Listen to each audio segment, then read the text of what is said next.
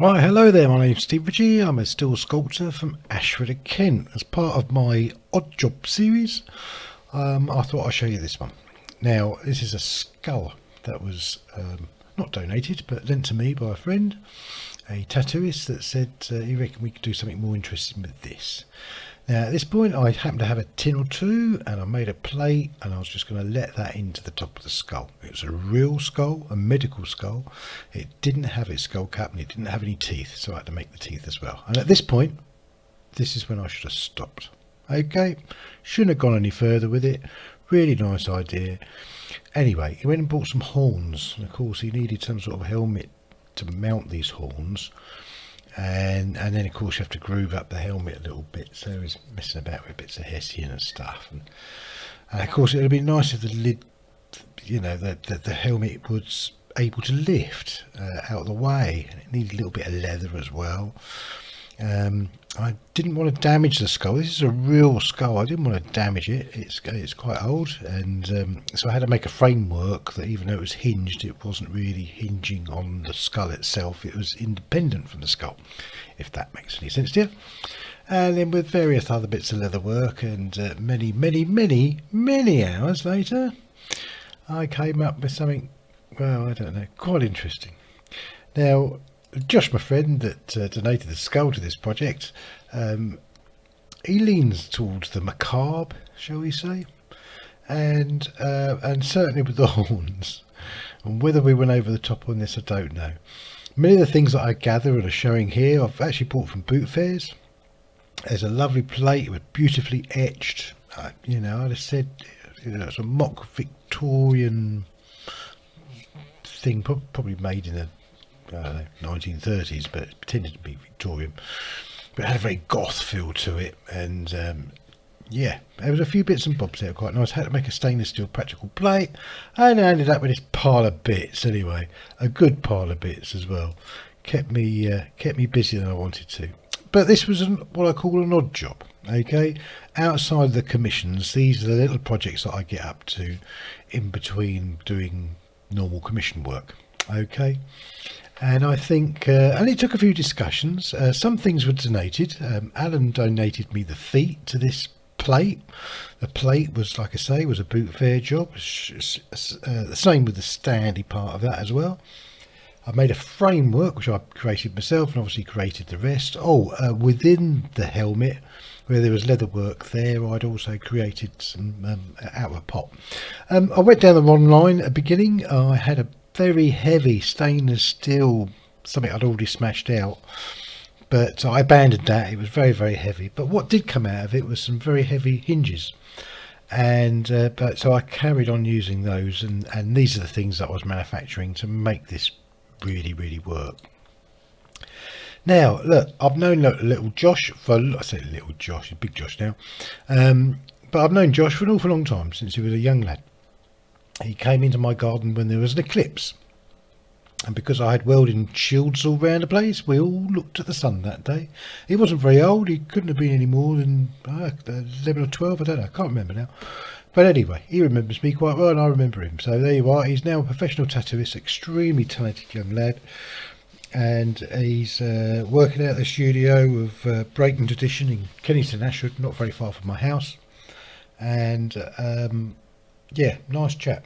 Like I say, extremely talented. Check his work out. He's also aware of the sort of tattoo background market where they are interested in the macabre. So it's a financial project. If nothing else, it just looks groovy for show. Certainly look great at tattooists, and they do like this sort of thing. So look, that's what we came up with. Whether it's a little bit over the top, whether it's disrespectful, I don't know. There's a tradition of using skulls in this country, and with our traditions, I suppose, but some people might be offended, and some cultures certainly would be, and some cultures wouldn't be at all. So there you are. That's where I am. I'm felt a little uncomfortable. Didn't want to damage the skull itself. Didn't like to drill any more holes in it or mess it about in any way.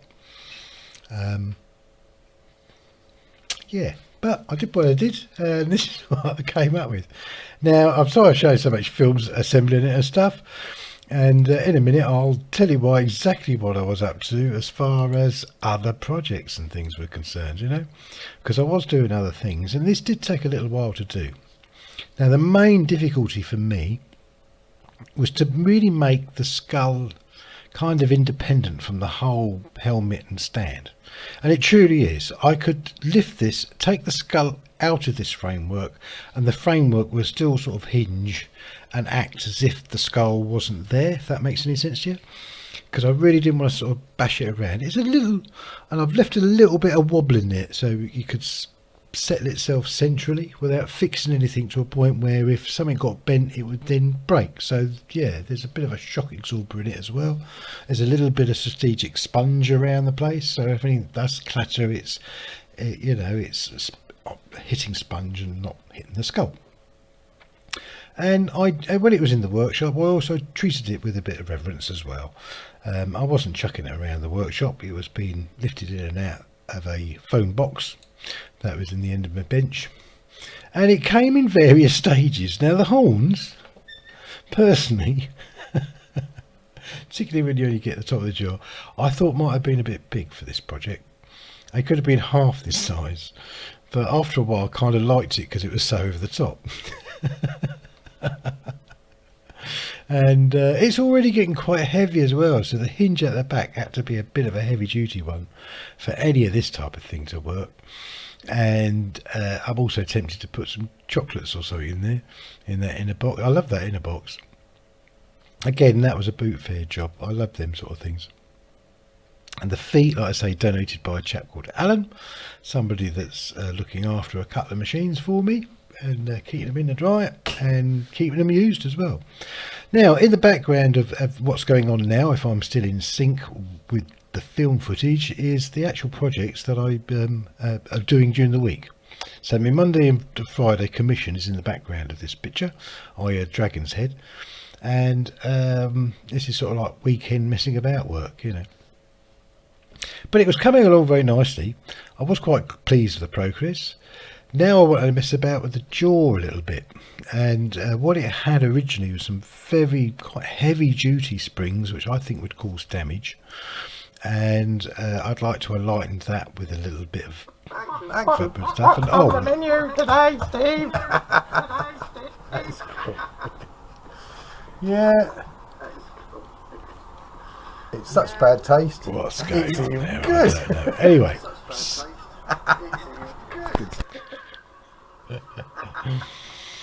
Well, that might have spoiled my film as far as sync was concerned, but anyway, I was getting on with this quite well. It did need some leather work. I wanted to put some strapping underneath some of the brass strapping, so out come the sewing machine again, the same sewing machine that I've been using to renovate my motorbike, don't you know.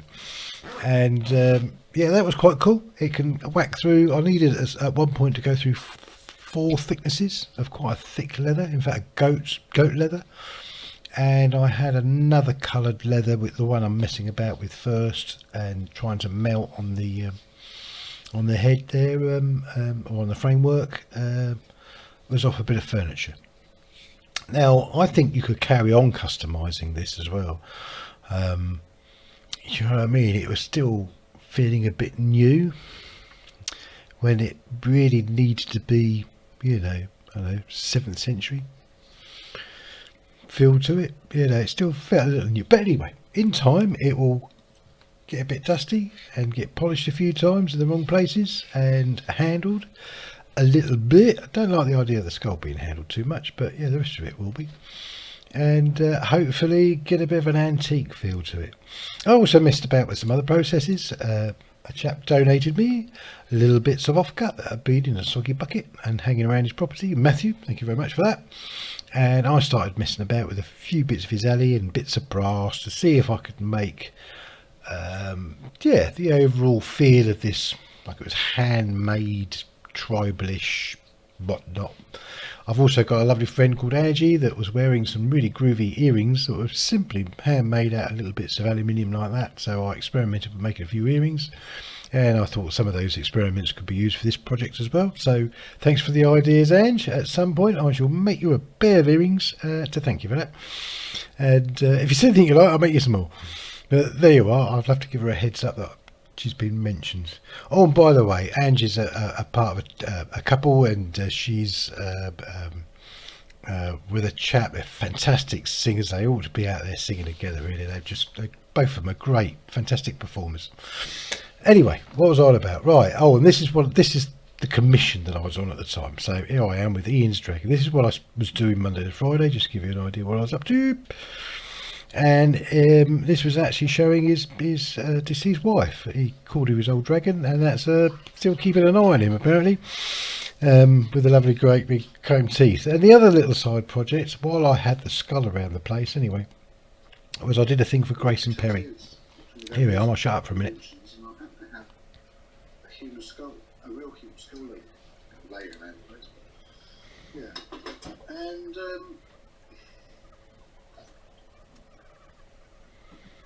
yeah, so I submitted a thing for the Grace and Perry, and as you see, as I turn this thing around in a minute, you will see I actually reproduced a skull in steel behind a friend of mine, just to let everybody know to remember that the coronavirus can be fatal.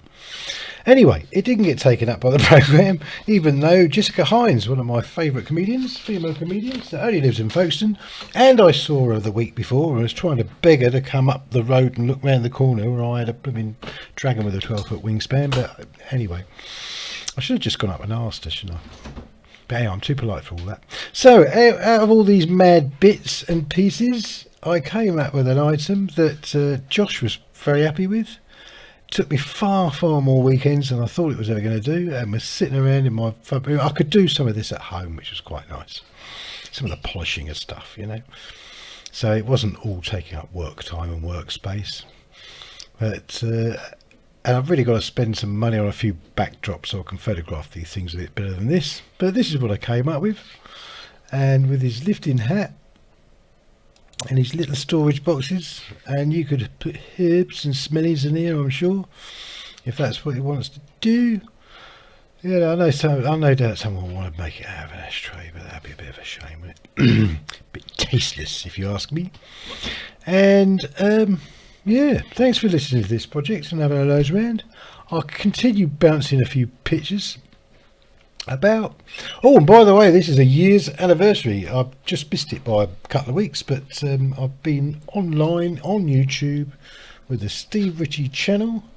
I can't remember. I've had over 6,000 views. I know in YouTube terms that is nothing, but as a one-man operation making sculpture, to find that many people interested in what I'm doing is great. Oh, shut up again. awesome. Yeah, I love it. Yeah, it wants tinkering when you lift and lower this. I've just dropped this in a hole. Yeah. But when you actually sort of with a bit of finesse, you just tickle out the leather. Yeah. And anyway, enough of him mobbing about. Anyway, gave it to Josh, and his very first words were awesome, which is what do you expect from a chap that age. And like I say, his tattooist is only around the corner from my house, and he's going to go to a nice home. I'm going to take it to some shows so I can borrow it from time to time. It's the appropriate shows. I do some shows that this sort of thing wouldn't be appropriate, but yeah, he's really pleased with it. I'd like to carry on customizing that a little bit more. I think there's space for improvement, and I certainly think I ought to make its own custom shelf, which could be interesting. Perhaps that ought to be this year's crazy project, but he seemed very pleased with it. Anyway, thank you, Josh. I had that skull for quite a while, and yeah, let's do another project like that. I think I quite enjoyed that. Look, thanks very much for listening. If you like this sort of thing, don't forget to subscribe. Don't forget to bounce it to your friends. And a special thanks to the 135 odd people that have subscribed to this channel. And for those people that watch and don't subscribe, then make the effort, get yourself connected into Google or whatever your whatnot is, and provider is, and subscribe. Do the bell thing. Don't take very long, and it really does help. It helps me to know that there are you people out there being exposed to this stuff. I'm sure there's more people out there interested. All right, look, have a nice day, and look, still stay safe. All right, ta-ra everybody. Thanks for listening, and thanks for the last 12 months. Have a good one.